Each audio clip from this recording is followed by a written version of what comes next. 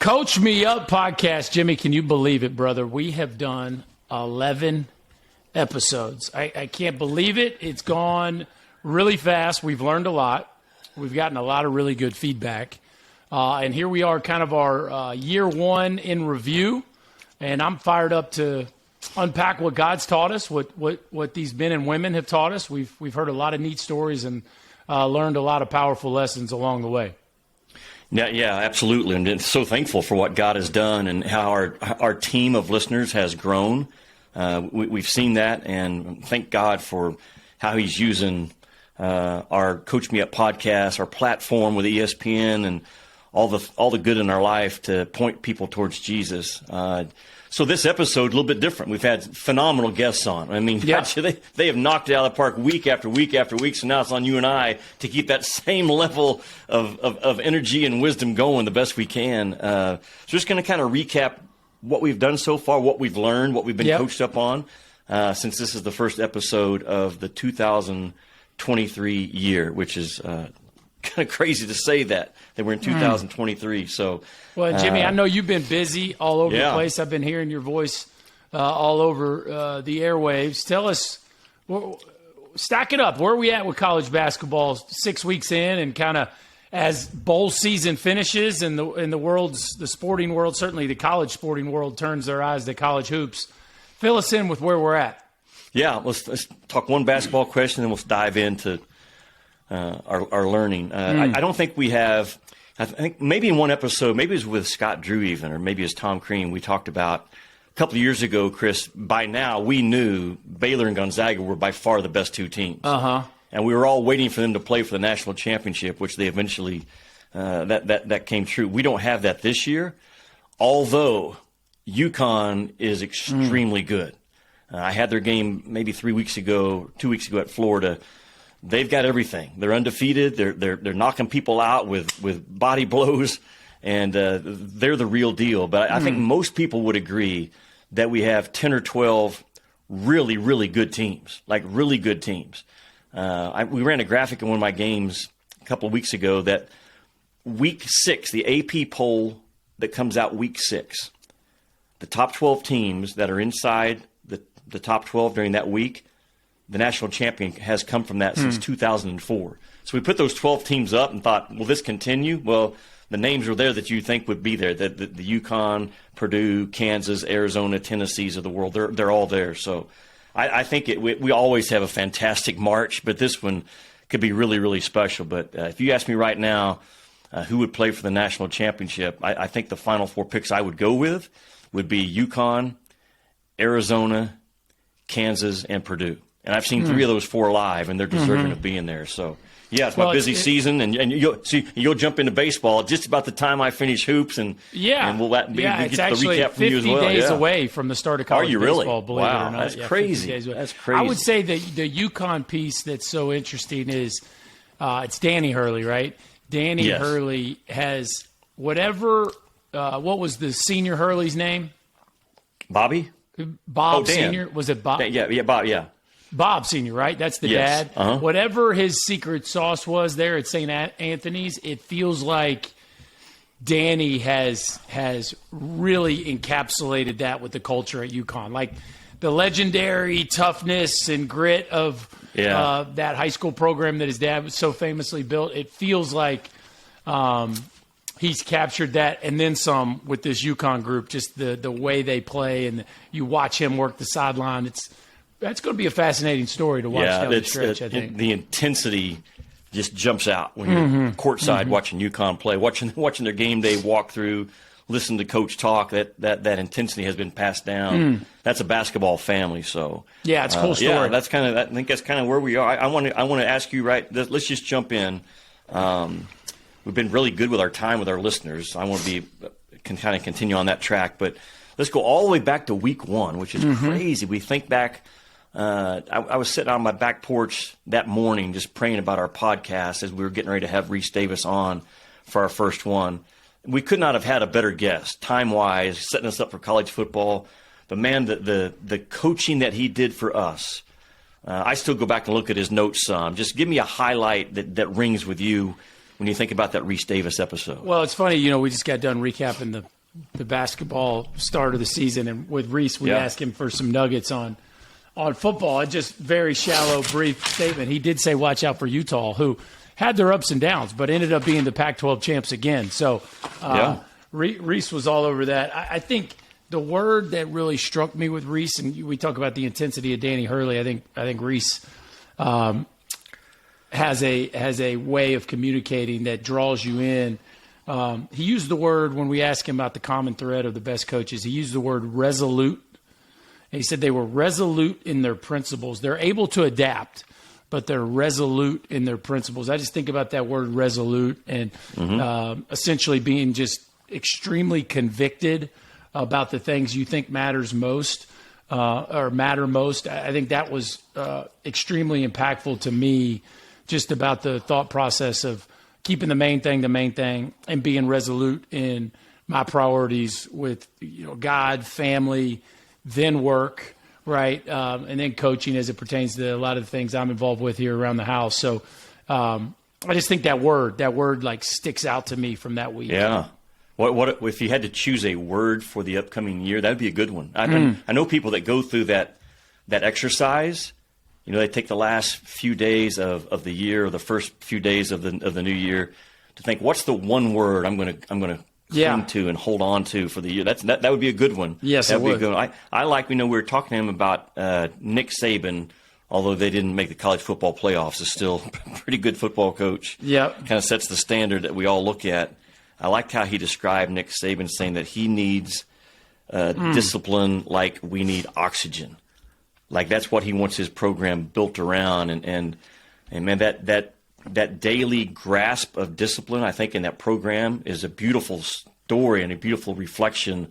I wish that I had more of that tight grip pursuit, like I need oxygen, like God, like I need oxygen as well. I like that picture that he gave us and how it transfers over to our spiritual life and our hand-to-hand walk with God. But we even saw that with Saban when he was showing his competitive nature, trying to figure out a way to get Bama into the playoff there. Yes, we did. Yes. As he was politicking for his team. The last thing for me on Reese that really stood out was he gave us the verse that his family clung to, and they were going through some tough time, that 1 Peter 5:10. And the God of all grace, who called you to his eternal glory in Christ, after you have suffered a little while, will himself restore you and make you strong, firm, and steadfast.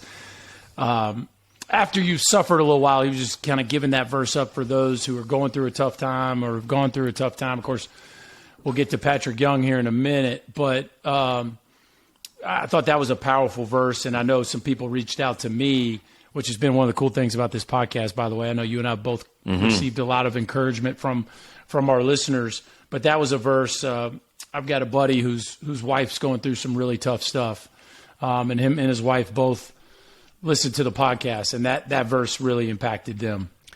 The thing I had that same verse written down and circled on his notes that day, and then I put out to the side, I circled not if. Yeah. Not if you go through adversity. God is very clear. We're going to go through it as believers, and it's are we prepared for the moment when it hits? You can't wait to get prepared when adversity hits. You have to be prepared, and I love that life verse that Reese shared with us, talking about his son and the injury that he went through on the baseball field. But man, what a blessing Reese Davis was on week one, setting us up for college football and really challenging us with his walk. Then we jumped in. I believe our second. We might get out of sync a little bit, but Todd Blackledge then jumped in there. I think between he and David Pollock, and we had some technical issues with Todd's setup early, where I had technical issues on my end as well. But the shorter version of him still was really, really powerful. What did you take away from Todd? Well, I thought the most powerful part of Todd's story was being a young man in the NFL, a high pick. He had the world at his fingertips. Yet he was pursuing the Lord. And Ecclesiastes 3:11, God has set eternity in the hearts of man. And then, of course, he talked a little bit about there's nothing new under the sun in the book of Ecclesiastes. And Solomon's pursuit of the world and all the world has to offer, and then kind of coming to the conclusion that, hey, man, look, pursue God, right? Fear God and follow him. The rest of it's like chasing after the wind. And what a powerful story of a guy who was a national champion quarterback and had the world at his fingertips, yet had the wisdom to know that that wasn't it, right? And to share that with us and to make it very personal, I thought was very powerful. Yeah, I loved his story because he had it all, and he took us into the Bible to give us some samples of other people in the Bible that had gone through similar situations, had it all but didn't have it all. I circled. He was talking about his boys at one point, and I can't remember the exact story he told, but he did say it's a fight. It's a fight for your children. It's a fight for keeping them, pointed in the right direction the best you can.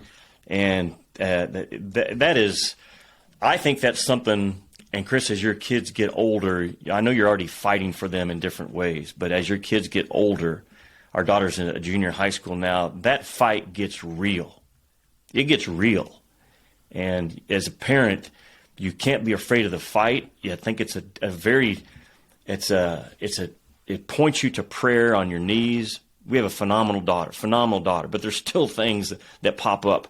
I just want to encourage parents to go back and listen to that episode, or just think about what we're saying right now, that it's okay to fight for your kids in the right way. And I think a lot of times we feel like, gosh, I don't want to be a helicopter parent. I don't want to be the parents that are looked at by the other kids. They're too strict. No.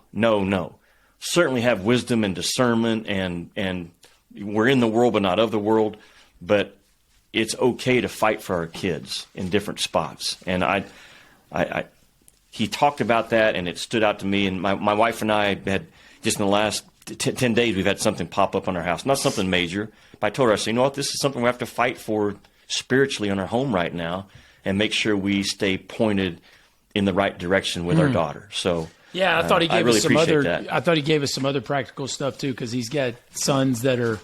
He's got one that's playing baseball at a top 10 college program at TCU, and he's got others that weren't all that interested in sports. And so I thought that was there's some good wisdom too in that, of just kind of loving your kids for the way God made them and not trying to force them into your own box. So I know that's helpful for me, because I've got 5 children, and they've got some similar interests and some unique qualities to each of them, and it's helpful for me to always get that wisdom from parents that are ahead of me in the journey, for sure. And then we had David Pollock, who I probably had as much feedback on the Pollock episode as any. I think David is a pretty captivating speaker. He's certainly the type of guy who, to use Reese's word, is resolute in what he believes and how he communicates that. But one of the things that I thought was most powerful about David's story, and we've had some people on that have gone through some stuff or are going through some stuff, but I thought one of the most powerful things with David is, here's a guy that was, he's a college football Hall of Famer, had one of the great college football careers in Georgia history, and a neck injury ended his professional career. I mean, basically never really got started. Yet I quoted him as saying, the injury was the best thing that ever happened to me. So many qualities God taught me through this journey. And I just thought, wow, and some people could hear that and say, well, yeah, I mean, look, he's a famous broadcaster and he's this, that, and the other. Yeah, it worked out well for him. Yeah, of course he looks back at that. But no, come on, man, like, that guy's wired to compete.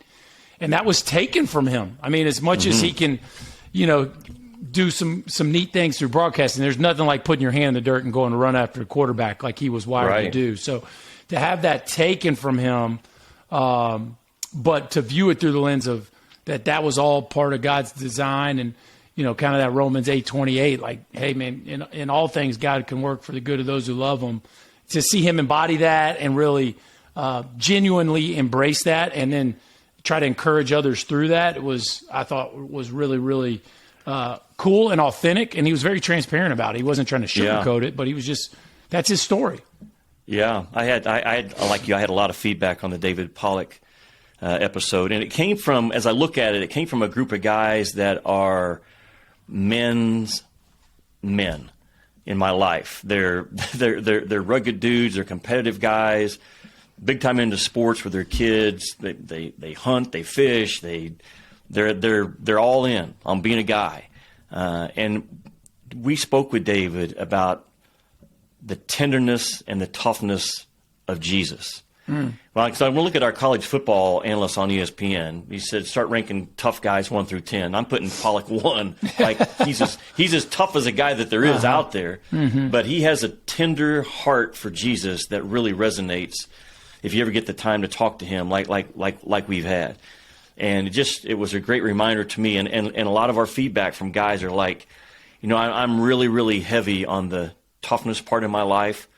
In good ways, and maybe some not in so good ways. I could soften it down a little bit.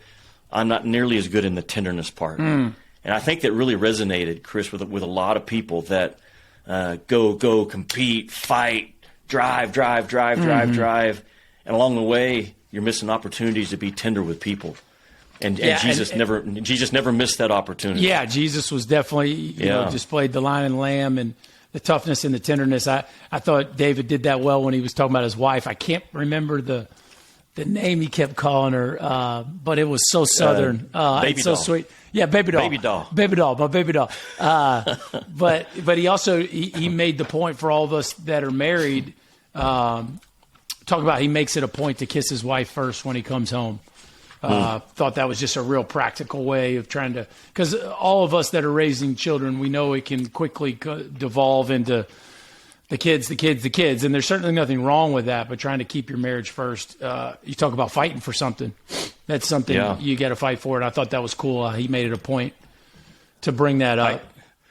So now I'm traveling a lot, so I'm coming home a lot from being gone for 2 or 3 days, and I'm fighting to kiss my wife first. The competition is Rocket and Rue, our 2 little dogs. Their paw speed is a little quicker than Tiffany's getting around the corner, coming down the hall.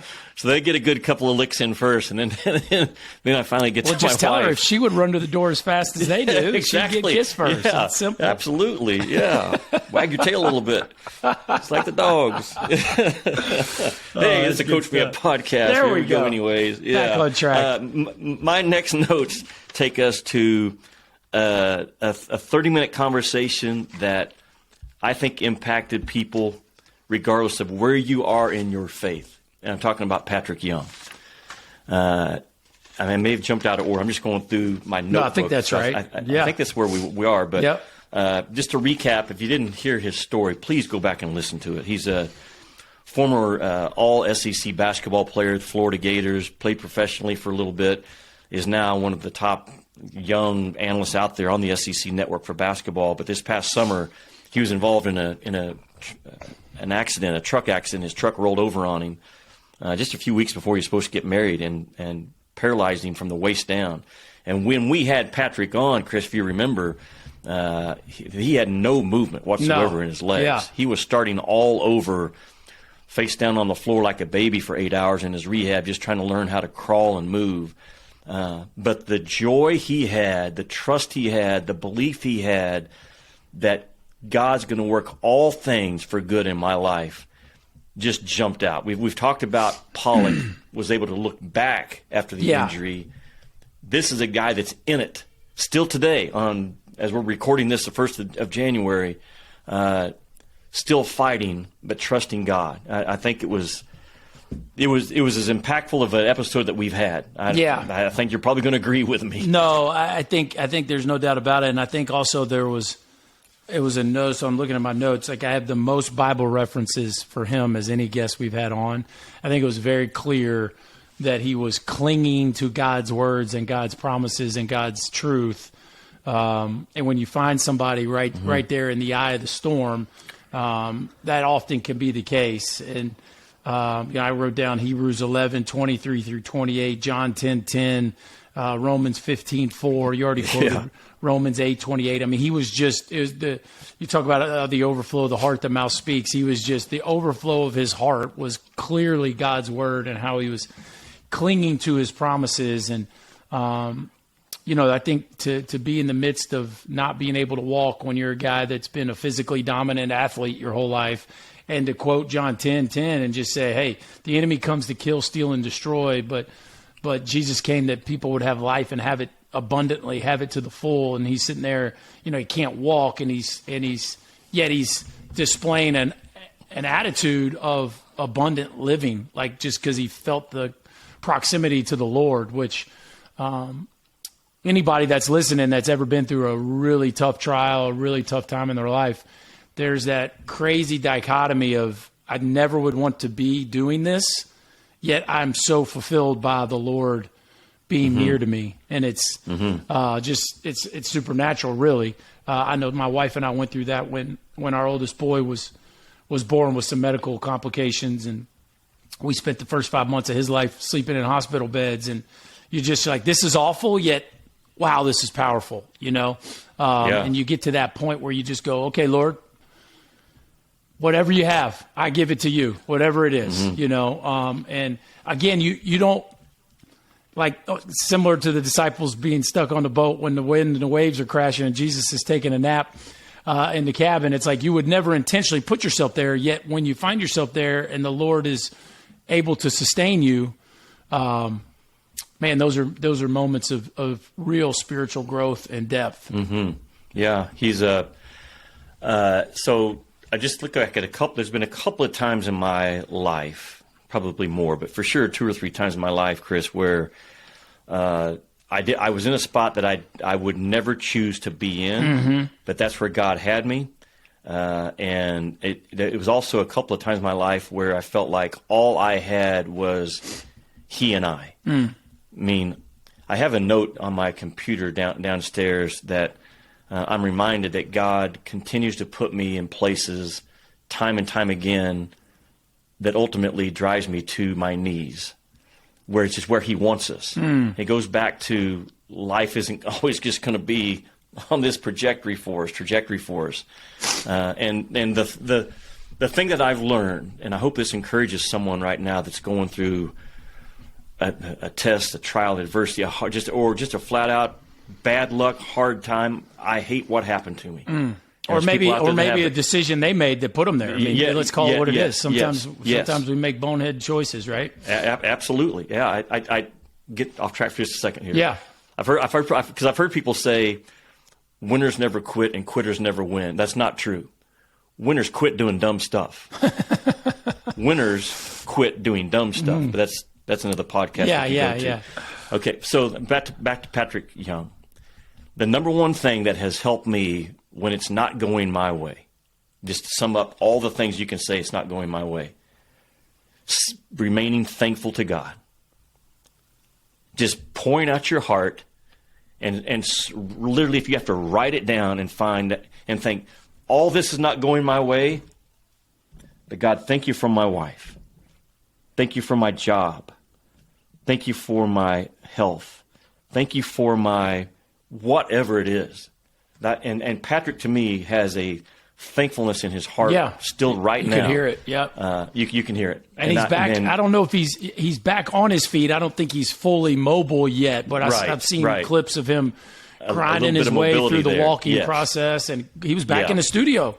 We saw a tweet with him back in the studio, so praise God for that. And Patrick, we are really, really, really rooting for you, buddy. And thank you for your example. The last thing I'll say on Patrick Young, just for the coaches out there, maybe if you didn't listen or you're like us going back remembering that, I just loved what he said about Billy Donovan. Of course, Billy Donovan, it's one of the great coaching jobs, maybe under radar coaching jobs in the history of college basketball, right? To win back-to-back national championships. Absolutely. Oh, sure. It still is. He said his empathy for his players, which was interesting. That was a word that Tom Crean used when he talked about great coaches, was empathy. But he also said he was an everyday kind of guy, and the players knew how much work he put in it. And I give this talk sometimes, five things every player wants from his coach. And one of those 5 is walk the walk. Like, don't just tell me how to be, show me how to be. Yeah, right? Show me. And I think Billy Donovan, there's secret sauce in what he built was boy, he modeled the way very well. Yeah. So the next guest we had on was Rick Barnes. I'll start off our conversation about Rick Barnes by reading a text that you forwarded it to me, but it basically says, just finished listening to your Coach Me Up podcast with Rick Barnes. I have been so convicted and blessed. I was a fraud for so many years of my life, and God completely humbled me this year to save my soul. Why he would save a wretch like me, I will never understand. Hearing guys like Rick Barnes and David Pollock has been inspiring, but really brought home how much I failed my wife, my kids, my family, my friends, and players in my fake walk. Barnes' story about what his pastor told him about if he died tomorrow shook me to my core. That was me. That was my life. Thank you for what you guys are doing with your podcast. That's an example of a lot of texts that we've had. But that Rick Barnes episode, it shook a lot of people to their core. And again, that's another one to go back and listen to. But his story about his daughter walking in one morning quickly and saying, "Dad, my brother and I and Mom, we feel like if you died tomorrow, you wouldn't be in heaven. You tell us you know Jesus, you're brought up in a Christian home, but nothing about your life right now is pointing that direction." And it completely shook Rick Barnes. It changed his life. It changed his heart. It changed who he is. His transparency as a head coach at a school like Tennessee was phenomenal. His humbleness. But that is an episode. If I had to say, go back and listen to one episode and get an idea of what this podcast is all about, it would be the Rick Barnes episode. So, well, I couldn't agree more. I think that story, every time I even think about it, I almost get chills. Like, yeah, Rick Barnes is a incredibly accomplished major Division I college basketball coach, and yes. he told a story that takes as much vulnerability as any person could tell about any kind of sin in their life. Like he's telling us about sin in his life, but it wasn't some, maybe really deep personal, one instance. It was like my life had strayed from God so much so that my daughter did not think that I was saved. Yeah.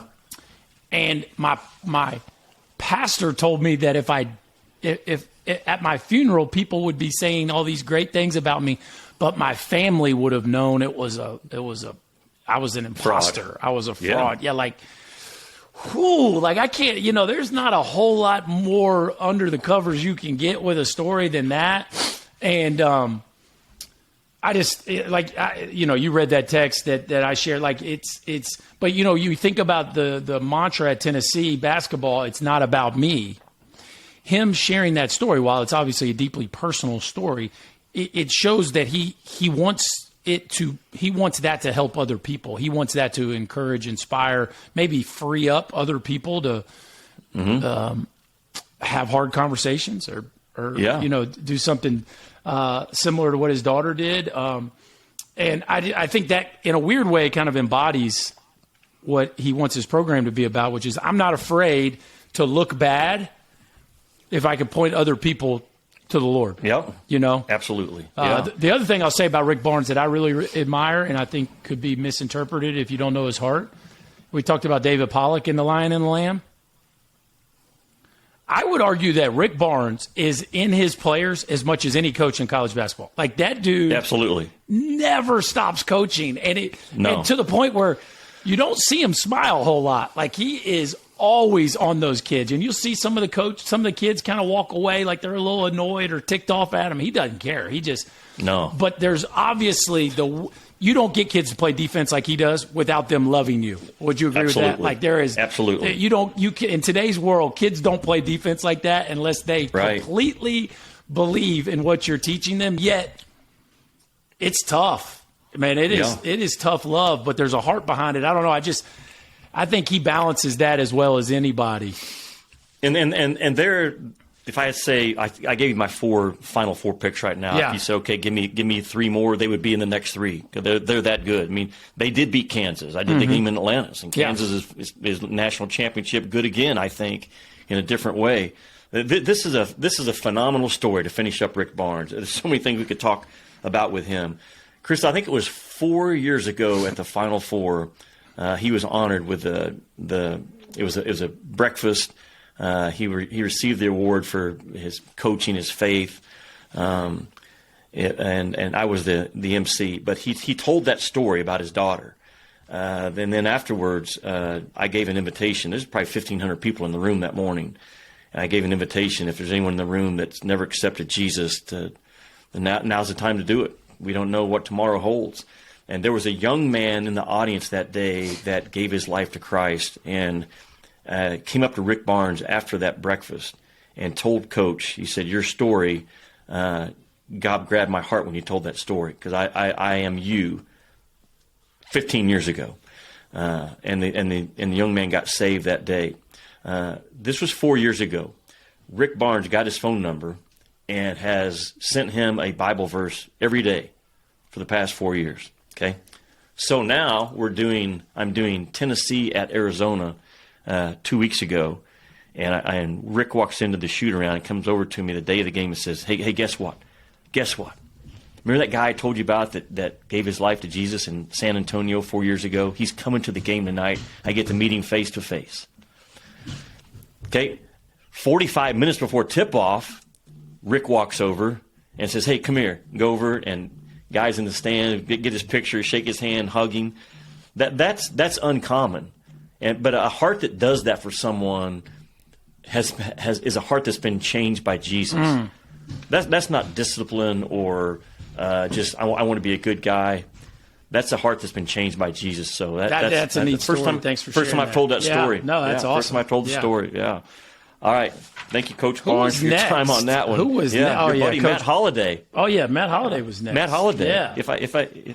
Yeah. And Matt's story is one of which is interesting since he left us. He's now the bench coach for the St. Louis Cardinals, which really kind of took me by surprise. Honestly, I didn't see him hopping back into professional baseball. He's, as he told us, his wife Leslie is a saint, and she continues to prove herself in that regard. But I think Matt's got an incredible story, not only for his own faith, but the way he shared his son, who's just the number one pick in the draft. And the first thing I circled as we looked back and talked about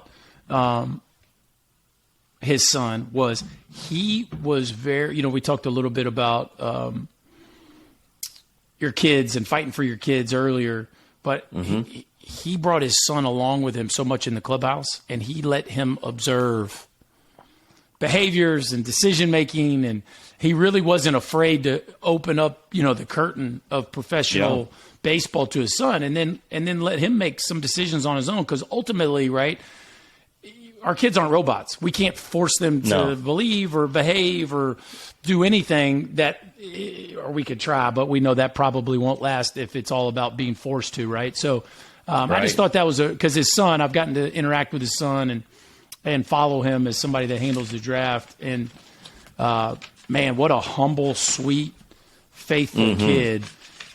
Yet he was just the first pick of the Major League Baseball draft and already has $8 million in his back pocket. Like, it's pretty awesome to see. Yeah, I have circled here. I don't know if we're talking about his son and the voices that his son's probably hearing right now, or voices that he heard, or how he leads his home, but we got into the voice of comparison and how strong it is these days for all of us because of social media and how much time we stick our nose in our phone. We should be doing other things, but it's just a really good reminder that there's one true voice, but that voice of comparison is always pulling us away from God is something that we need to have our eyes open to. But, man, he had a lot of good, I think, just dad leading a home nuggets that he gave us that day. Just talked about unshakable faith. He talked about change. Remember me talking about change, that Aaron Judge, right, the home run hitter, went through a swing change, but he came back with an unshakable confidence in who he now was, and we can relate that into how God can change our heart and give us an unshakable confidence. So, well, he did, I thought he did a really good job of saying the thing that made Pujols so great was he used that phrase with Pujols too, unshakable confidence. But his routine was a non-negotiable. Like it just, I'm doing this today, and whatever else I got to figure out around it. And you know, you can be unveiling my jersey, a statue. It doesn't matter. I'm getting my stuff done first. That's right. That was the story he told, right? That was the story. They were doing a statue of him, but he still got his pregame routine in. And you know, Matt made the comment that things that are deeply important to you, you will make time for, and you want to be convicted about where your faith falls in your priorities. Take a look at your calendar, and you know that's not to be legalistic, right? But whether that's a relationship, an earthly relationship or a heavenly relationship, like just making it a non-negotiable, I think is vitally important for all of us if we're going to have our decisions line up with what we profess our priorities are. Yeah, don't get bored with the basics. Don't get bored with the basics and what you believe, how you're leading your home, your time with God. Don't get bored with the basics. Hey, I want to take time because Chris, our sponsors, they jumped in before we even hit the air. They believed in our vision. They believed in what we were trying to do. All three sponsors have a huge heart for people in terms of how they run their organization. Our Coach Me Up podcast it's powered by One Country. OneCountry.com is a company here in Northwest Arkansas that they are the best out there at giveaways and having a heart for people. They have a monthly giveaway that you can be involved in as one of their teammates and one of their partners. So if you have not yet checked out OneCountry.com, check them out, OneCountry.com/coach, and learn more about One Country and the folks that power our Coach Me Up podcast. Our other main sponsor is Blue Delta Jeans. Yours are heading your way from what I've heard. And they are the best. I need to get on that. Yeah. One size fits one. They hand make every pair of jeans specifically for you. I travel with mine. It's a unique brand of jeans that is well worth the investment. They are fantastic. They have been. You see them all over social media right now. Their Blue Delta jeans are just exploding. So visit their website at bluedeltajeans.com and use the code UNPACKIN, UNPACKIN, for $100 off your first custom jeans. And then our third sponsor, Connexial.com, they do a phenomenal job of just connecting their supply chain that connects one to all is kind of how their slogan is. But man, they have a great heart for people that are involved with fleets and truck drivers. But to learn more about them, go to Connexial with a K, Connexial.com/coach, and see what those guys are all about. All right, let's keep going here because we want to be respectful of our time. Scott Drew was next. Jesus, Others, Yourself. He won a national title. Bill. He won a national title by building his program on that culture program word, joy. Jesus, Others, Yourself. And he lives it. It's another guy been around him, and we don't see the sideline toughness from him that we see from Rick Barnes, but it is there. Trust me, it is there. I've been enough of his games, enough of their practices. But he's a huge people person. His heart for giving. I told the story that 2 days after he won the national championship, I was talking to him on my cell phone, pulling into my driveway, and I was reminded that the neighbor lady next door was currently going through a battle with cancer. And she was a huge Baylor fan. And I mentioned it to Scott as I pulled in, how excited she was that they had just won the national title. He said, go to her front door and knock on it and see if she'll talk to me. And that's just another uncommon guy that keeps things in perspective. I'm not sure I would have that. If I just won the national title, it would probably all be about me still for another week or two. But immediately it was not with him. And that Drew family has built every program from Valparaiso to where Bryce is now out at Grand Canyon, and certainly Scott. They built it around the word of Jesus, and it resonates within his program and with his kids. and God has certainly blessed him because of it. Yeah, and I think it's fitting that you're hearing basketballs bounce in the background when we're talking about Scott Drew, so forgive me, that's kind of the noise of our home in the wintertime. But one thing I will say about the Drew family, and I'm not just talking about Scott, but going back to Homer, the dad, like I think we've all seen plenty of instances. We see this a lot with pastors where there's a professed faith and there's a job that requires tons of time and attention, and then the kids get like way off track. Yeah. I think one of the best compliments you can give to kind of the Drew clan, again, we don't know every person in every pocket of their family tree, but I asked Scott specifically about following in his dad's footsteps, and he said, man, it's one of the greatest compliments you can give your dad, that you want to do what he did. You saw so much joy and satisfaction and purpose in what he did that you want to do it yourself. But also I would say that there must have been a very distinct intentionality too, that he didn't resent what his dad did because he didn't feel like it took his dad away from him, if you know what I'm saying. So I think it's a great encouragement, let's just say, to the men and women out there that listen to us that maybe have jobs that are very highly demanding, that you can do both. You can be a loving and intentional parent. It might not be as much quantity, but you can have that quality time and still point your kids to the Lord, and still have those great lasting relationships with your children, even if you're in a highly demanding career. So anyway, I thought that was just kind of a cool deal. And the last thing I'll say from the Scott Drew thing, even though we could spend a ton of time on him, was like, I thought it was cool. He wasn't just like, yeah, we do this, we do. It wasn't real. Like, we're reading the book of John as a program. Yeah. We were reading the Gospel of John with our team and everybody on our sports staff. I just thought that was really cool. They're not dabbling in trying to disciple their kids. They're in the gospel. So I thought that was super powerful. Yeah. The last thing we'll get going here is I thought it was unique when he said there's a lot of ways to get to 4. 3 plus 1, 1 plus 3, 2 plus 2, 5 minus 1. There's a lot of ways to get to 4. And I don't know how that applies to everybody's life, but it's like there's a lot of different ways to do it. There's a lot of different ways to get to that point you're trying to get to. Don't be discouraged, just because your way is a little different than somebody else's, or your walk with God looks a little different than somebody else's right now. Man, keep going. Keep charging down the path and keep moving on. I want to read another feedback that we have. We're going to go a little bit long today, but that's okay. I'm going to leave the name out of the person he was talking about, and I think you're still going to get the point here. I think this came from you as well, but I love this. A guy says, I have a lot of sin in my life, but one I definitely have is I judge people and their character before I even know them. I am working on it, but it's still there.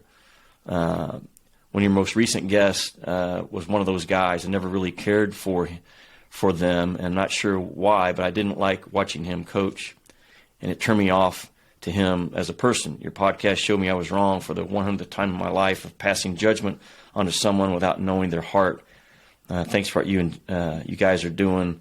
I'm now a huge fan of him and your podcast, and I love the fact that God convicted me on this. So just another real authentic feedback, Chris, from guys that are their hearts being changed, not by us, but by God. Yeah, and the power of stories, podcast. Right? Hearing people's Absolutely. stories. Yes.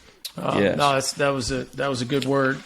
I think Pettit Ryan was Martin next, O'Connor. Right? Is it? Oh, Ryan Martin O'Connor. That's let's go. Right. Yeah, Ryan, and then Andy. Yeah, Coach Ryan. So we had a female on. We have some more coming up. She's the head cheerleading coach at the University of Kentucky, the gold standard of college cheerleading.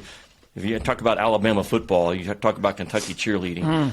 And man, what a phenomenal listen she was in terms of leadership and toughness and love. She deals with kids every single day. I think she's in charge of 35 or 40 athletes, guys and girls in college. Yeah, co-ed, which is very unique. Co-ed, yes. And she's talking to them daily about your choices, how impactful they are. And you are not what your last choice was. You have to learn from it, but don't label yourself and get stuck. Move on, learn from it, and don't listen to those wrong voices. I just thought she was tremendous, and a lot of things she hit on about being prepared in advance when things hit, but her trust in God, her how she leads her program, She had a lot of great stuff, and it's interesting. I think you did too. I had some guys say I almost didn't listen to it because she's a female coach, but I did, and it hit me as much as anything that we've had on our show. Yeah, another testimony as far as that's concerned. She referenced the Bible Recap app and the Bible Recap podcast, and one of my dear buddies who's told me he started reading his Bible 1,000 times and never actually been able to stick with it, reached out to me a couple weeks ago and told me he was a month in to every day on the Bible Recap, Read Your Bible in a Year plan because of her highlighting that. So to me, that was a huge personal win just because I know the fruit that will come in my buddy's life by him diving into that. So that was really cool. But you're right. What she was similar to what Matt Holliday said, which was, the things that are most important to us, we're going to make time for. She said, when you have defined goals, it makes your decisions very easy. Like if I want to get here, then is this choice helping me get there or not? Okay, if it's not, well, then I'm not going to make it. If it is, then I am. I just thought that was such a great, simple, almost too simple for people like, well, I got somebody, this is not meant to be judgmental, but sometimes they'll talk to me about working out or dieting.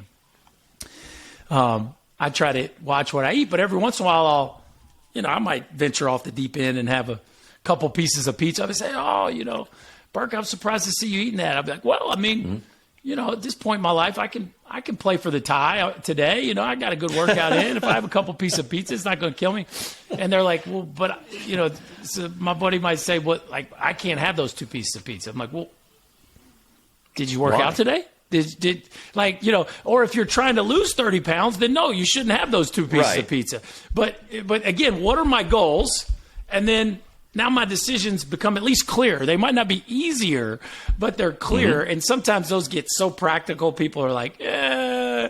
And look, if you want to have a couple pieces of pizza, please. But if your goals, if that's not going to help your goals, then you might want to back away, right? And so that could be with how we're spending our time, how we're spending our money, the relationships that we're investing in, maybe too much or not enough. Like it's just such a clear way to look at life, which is what are my goals, and are the decisions I'm making get me closer to those goals or further away?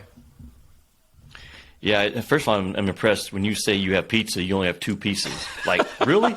Man, ain't no way I'm stopping at 2. A couple is code for 6. Sorry. Okay, let's stay real on our podcast. There we go. No one stops with 2 pieces of pizza. Not on pizza night. Last thing on Coach Ryan. And I would challenge you to go back and listen to it. If you missed it, if you were one of those guys that said, it's a gal, I'm not going to. No, you're wrong. Go back and listen to it. You're going to be coached up by a phenomenal coach who's in charge of a program that's won 24 national titles. So she's got something going on there to carry that banner forward right now. But she talked about what you are is completely different than who you are.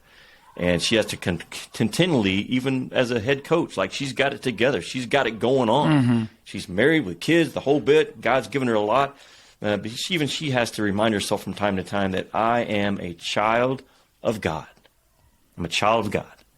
And he's got me in his hands. I love that. And she was honest with the whole imposter syndrome, which I think we can all struggle with. And I think, again, back to our choices, like if you don't want to be a phony, you need to make sure you're making choices that would never put you in that category. But just this idea of not wanting to be fake, not wanting to be a phony. Am I good enough? Have I done enough? Am I making enough good? Like we get caught up in all we've accomplished as opposed to putting our value in whose we are instead of what we're doing. And I just thought that was great that she certainly hit me in the teeth with that one. Andy Pettitte. Man, Andy Pettitte was strong. Yes. 18 years in Major League Baseball, right? 5-time World Series champ. He was on as you said, I think in the text message, like this dude's been on the biggest stage that there is in all of sports. In all sports. Like you're a pitcher for the Yankees in New York. You're in the middle of all the stuff going on. And for him to keep his heart in the right spot as a player with his wife. I think he has 4 kids right now. But I had circled here that as a believer, you're called to be different. Like, we are called to be different. We're in this world, and not different in a bad way of shunning people and no, I can't go there, I can't hang with you, but wherever we are, we should stand out and be different. We shouldn't miss opportunities to share Jesus with others through our words, through our actions, through our however we want to do that. But certainly this is a guy that stood out. He was different on the biggest, loudest stage you could be in. Yeah. I know you know him really well, but he stood out. Yeah. Because I think it's a guy that's led by Jesus in his heart, right? Well, a great example of being in the world but not of it. He was in the most worldly of worldly situations, and he can be one of the guys, but if where the crowd is going doesn't align with his belief system, he's okay with being alone. And that was one of his most powerful lines, was whether it was coming up in the minor leagues or on the road in the big leagues, whatever the case, like, he was okay with being alone. He didn't necessarily want to be alone. And as somebody that was his teammate for 3 years, he didn't want to be alone. We played a lot of late night card games in the room, and he loved playing pluck and spades, and we'd sit up and watch baseball tonight and talk about life and all kinds of, have jokes and laugh and all that kind of stuff. But if the situation required him being alone, he was resolute in what he believed and the way he wanted to live his life, that he was okay with walking away from the crowd. And I think that was really powerful. The other thing I will say is he admitted to us that in Game 5 of his first World Series, he had gotten shelled in Game 1, pitched again in Game 5, and he was scared to death, like literally shaking in the bullpen. And I think he went out and threw 7 shut or 8 shut, whatever he did. Had incredible start, and he was just talking about how he was praying to God in the bullpen to give him peace and give him the ability to just perform, not for great results, just give me peace, allow me to go out there and do my job. And I think it's a great reminder for all of us that courage is not the absence of fear, but the ability to perform in spite of it, right? And so many people think, Tiger Woods is clutch because he doesn't get nervous. Like, no, Tiger Woods admits that he's the most nervous guy standing on the first tee of anybody. That's why he always hooks it left into the crowd on the first tee, right? But the ability to perform despite or in spite of those nerves. What a great lesson for those of you coaching players or parents of players to talk into your kids. Like, hey, those butterflies you're feeling in your stomach right now? That's okay. That means you're doing something that matters.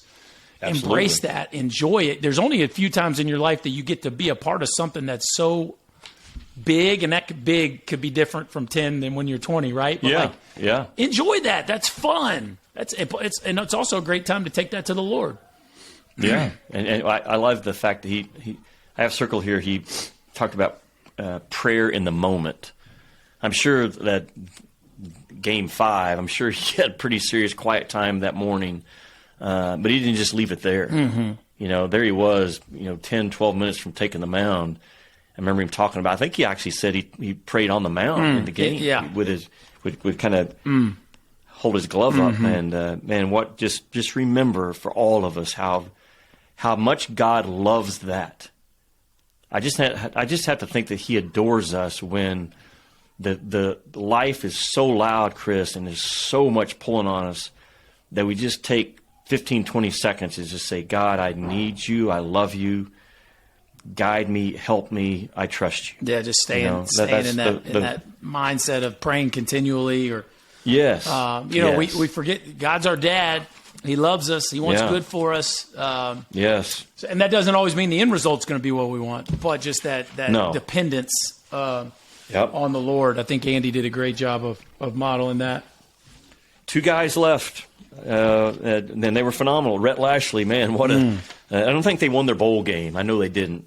But first-year head coach at SMU, took his Mustangs to a bowl game out in New Mexico, I believe, against BYU. I've known Rhett for a long time. We had some stories back when he was in the 7th grade and threw an interception and ran the guy down and jerked the ball out of his hands and ran it back for a touchdown himself. He's always had that it factor. He gave a lot of great wisdom. I think we titled his episode "Wise Beyond His Years" because he's still a young guy and has a phenomenal future in front of him. But his life verse was Jeremiah 29:11. I know the plans I have for you, declares the Lord, plans to prosper for you, not to harm you, plans to give you hope in the future. And he really dug in on that, of when he first grasped that as his life verse, but how it has changed in his eyes. And it opened up my eyes to it a little bit more, that word prosper, we all like that word. Oh, man, I like that word, okay? God's way, or God's idea of prospering us sometimes is a lot different than what we think. You know, I've been prospered through some really hard times. Sure. Because I learned forgiveness, I learned trust, I learned patience. So don't get hung up on that verse as a believer and think, man, everything's going to be fine if I just continue to say this verse over and over. It is, but the prosper word may be different than what you think, how God really wants to prosper you. But I thought he had a lot of insight there. I love the practical application he had for us. I'm pretty good at it in my home. The first 5 minutes that he comes home, I think he said win the first five. I think is how he put it. Yeah. Win the first five. If you're a dad coming home from work or out on the road, man, put it all down. If you have on a phone call, finish the phone call out in the car, put it down and walk in and win the first five with your family. Yeah, just good practical application. And the date night, and also the piece of it's our job, not my job. His wife writing, giving every player a Bible as they graduated, and writing a personal note to every senior. You know, because she views their the job of coaching SMU as their job, and their ministry as a marriage. Not just that's what he does; it's what they do. I think that is really powerful. You talk about being yoked, and back to that verse of, I know the plans I have for you, declares the Lord, and just talking about how it's the Lord's plans and not our plans. You know, the old joke: you want to make God laugh, tell him your plans, right? Yes. I just think the dependence of that is very, like you said, you can get caught up in, oh yeah, God wants me to prosper. Well, he does, but that might look a little different. But also it's his plans, and we're called to be faithful to where he sends us. But I thought it was really neat, and certainly made me, I knew a little bit about Rhett because we have a common friend in Gabe Gross down at Auburn, but I became a big SMU Rhett Lashley fan through that. And also the last thing I'll say on Rhett that I thought is very practical to all our lives, he used it first in a recruiting mantra, but it applies to all of our lives, which is inside out. Yeah. Like it nothing matters if we don't hammer it inside out. Of course, the Bible speaks so much of that. Above all else, guard your heart, because it's the wellspring of life, right? Like out of the overflow of the heart, the mouth speaks. Like sometimes, you know, when friends come over, I cut the grass and trim the hedges, right? I want it to look good on the outside, right? But man, what matters most is what's going on the inside. And if you figure it out on the inside, the outside stuff usually takes care of itself. So I thought that was a great way, whether it's recruiting in the state of Texas or dealing with our own sinful hearts. I thought that was a very practical line that he gave us. Yeah, and then last thing, and you touched on it, but I want to make it clear for our guy listeners right now. He, once a year, I think they go away on a vacation with some other groups of people, I'm pretty sure. And I know they do. But he asks his wife, am I okay? Are we okay? And she gives him the right to say, you're consumed with your job right now. You're not leading our home. You're in a, how did we end up in this spot? She has the right to tell him, no, we're not okay. And this coaching thing, we're done. So what a beautiful perspective and trust and big picture wisdom from a young head coach to understand the priorities in his life. He's got really, really knocking it out of the park. Now Tom Crean was our last guest of 2022. And Tom's had success as a head coach, had number one draft picks, been to coach guys like Dwayne Wade and Anthony Edwards, Victor Oladipo, some of the best guys out there, had great success in the NCAA tournament, but he's also lost his job at Indiana, lost his job at Georgia. And he gave us some really good wisdom on how to handle life when it doesn't go your way.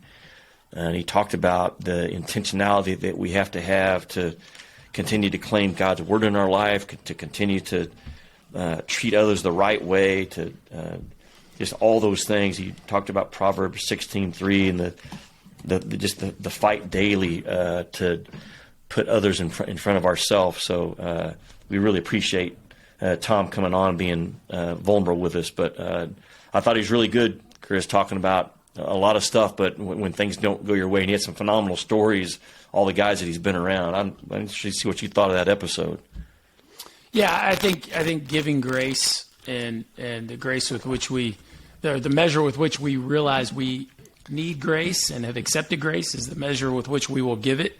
And talking about how hard that can be to yourself, because, yes. He beats himself up over the way some of those jobs ended and maybe decisions he could have made differently, whether that's with his staff or his recruiting or, his own coaching game plans or whatever the case might be. Like, just being able to move on. And I know you and I talked about it, like within the confines of my own career, like you just have to be able to chalk that up to, okay, what was God teaching me? What did I learn? Like, sure, you go back and do things differently, but you got to be able to move on from that.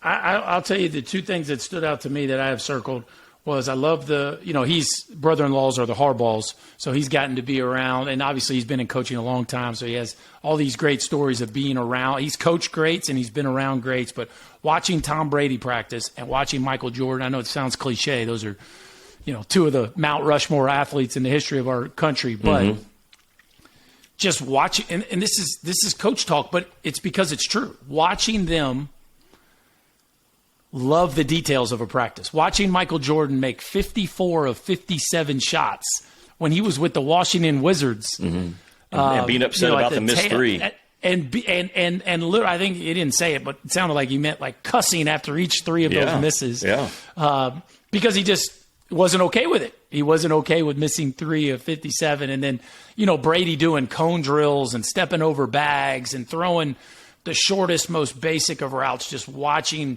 the greats love the details. We talked about that with Pujols earlier from the Matt Holliday episode. Like this isn't an accident that we keep going back over this. Right. What you want to be great at, you have to love the fundamentals of it, and you have to be committed to the fundamentals of it. That certainly applies to our faith walk.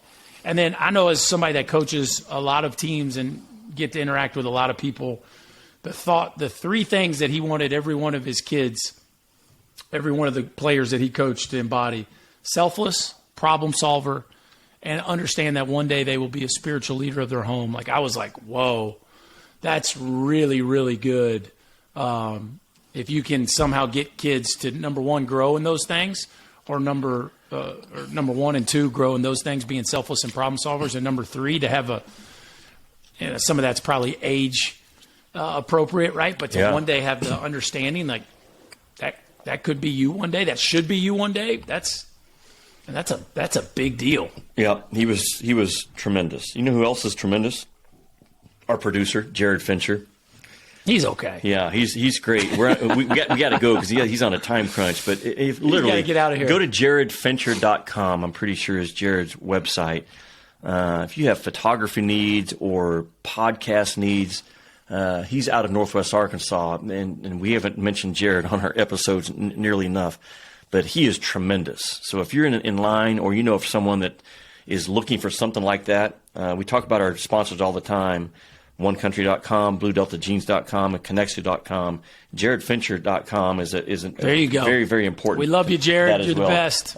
His website, I just pointed to his website, is Jared Mark Fincher. Jared Mark Fincher, and it's Fincher. JaredMarkFincher.com. He is absolutely the best. So he makes you and I sound like we know what we're talking about every now and then. So I, as always, want to close out our episode, Chris, with this one went a little long, but listen to it in 2 parts if you need to. Just telling God, we love you and we thank you for who you are. We pray for your protection. God, we pray that you help us keep our heart turned towards you in 2023. We continue to ask, God, that you use our podcast to point others towards you, towards the name of Jesus, Lord, and may they see the impact that that name has had through our guests and through Chris and I. Father, we thank you for our time. We ask you to continue to grow our team, to spread the word. Lord, in ways that only you could do for us. We ask all this in the name of Jesus. Amen. Amen. Chris, it was a great hour, man. I didn't even feel like we were doing a podcast. Just no, you and man, I talking on the phone like we do sometimes when I'm driving. Oof. Good stuff, man. This was good. And 2023, man, we're going to have like 25 guests. So the recap's going to definitely have to be a couple parts. Yeah, it will be. It will be. Good stuff, brother. Keep shining on the air. You're doing great, too. All right, buddy. All right. Hey, we'll see you soon. Have a blessed new year. Thanks again for listening to the Coach Me Up podcast. Spread the news. Give us a rating, subscribe, and give us a review. We'll see you next time.